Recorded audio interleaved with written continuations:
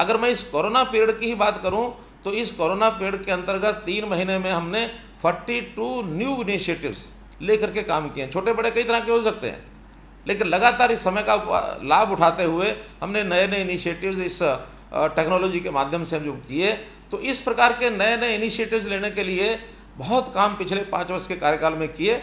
उसमें एक ये था कि युवा हमारा शिक्षित तो हो जाता है, शिक्षा यानी 3R एजुकेशन तो वो लेता है, reading writing arithmetic that's all, degree for decoration ही takes and go away to the home, बाद में उसको कोई पूछता नहीं है। लेकिन उसमें उसकी योग्यता बढ़ाने के लिए उसका टैलेंट, इसकी डेवलपमेंट किसी ने की कि नहीं की, उसके ऊपर कभी ध्यान नहीं दिया।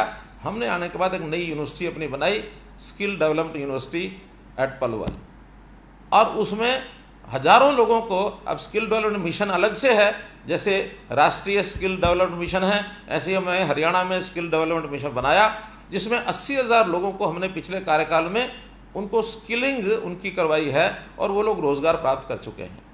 तो ऐसे रोज़गार प्राप्त करने के लिए स्किलिंग के काम को हमने प्राथमिकता दी।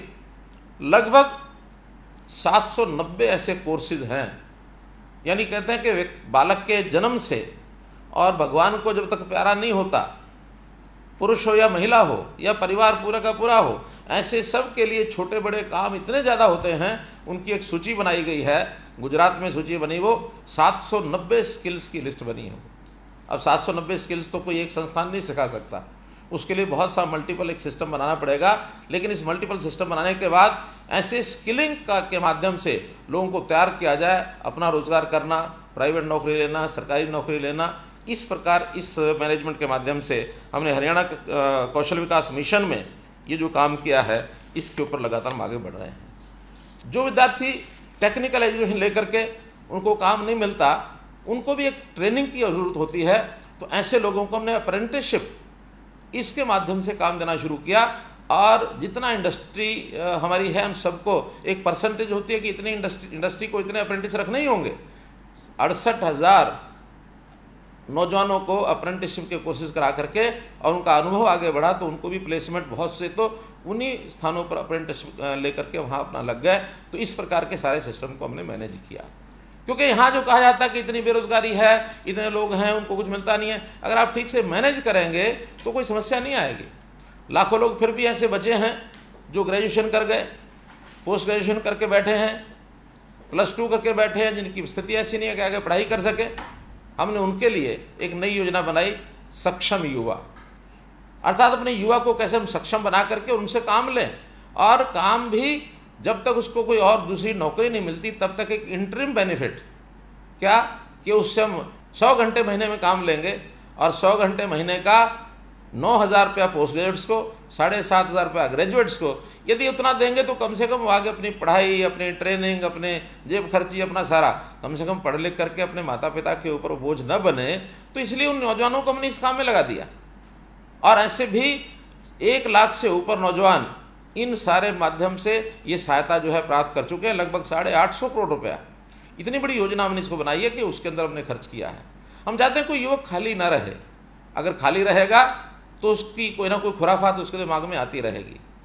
कहते हैं ना कि खाली दिमाग शैतान का घर, वो कुछ ना कुछ एनर्जी उसमें होती है युवा में, तो वो एनर्जी अगर होती है, खाली बैठेगा कहीं ना कहीं ध्वंसात्मक बातों में वो आगे बढ़ेगा।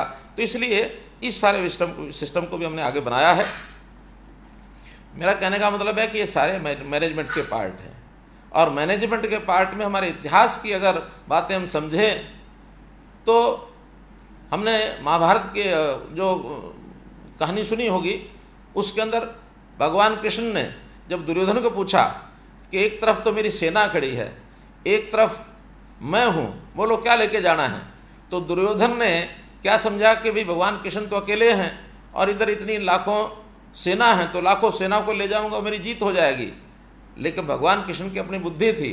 अर्जुन ने कहा कि मुझे भगवान कृष्ण ही चाहिए, तो अर्जुन भगवान कृष्ण को लेके चले गए। अंतर इतना था कि भगवान कृष्ण में तो बुद्धि थी, वहाँ वो एक बल के रूप में आगे बढ़ रहे थे, यानी ये बुद्धि बल है और वो संख्या बल है। संख्या बल लेकर के दुर्योधन लेके चले गए, लेकिन बुद्धि बल के आगे संख्या बल भी टिक नहीं पाया, और अंततः गीता का संदेश भगवान कृष्ण ने दिया अर्जुन को, और महाभारत में पांडवों की विजय हुई। ये मैनेजमेंट ही है। अगर देखा जाए तो गीता के अंदर भी, अगर आप लोगों ने किसी ने पढ़ा हो कि नहीं पढ़ा हो, गीता में मैनेजमेंट के बहुत से ऐसे गुर ये बताए गए हैं, सिखाए गए हैं। मैं बधाई देता हूँ हमारे निदेशक शर्मा जी को कि IIM में गीता को आप लोगों ने पाठ्यक्रम में जोड़ा है।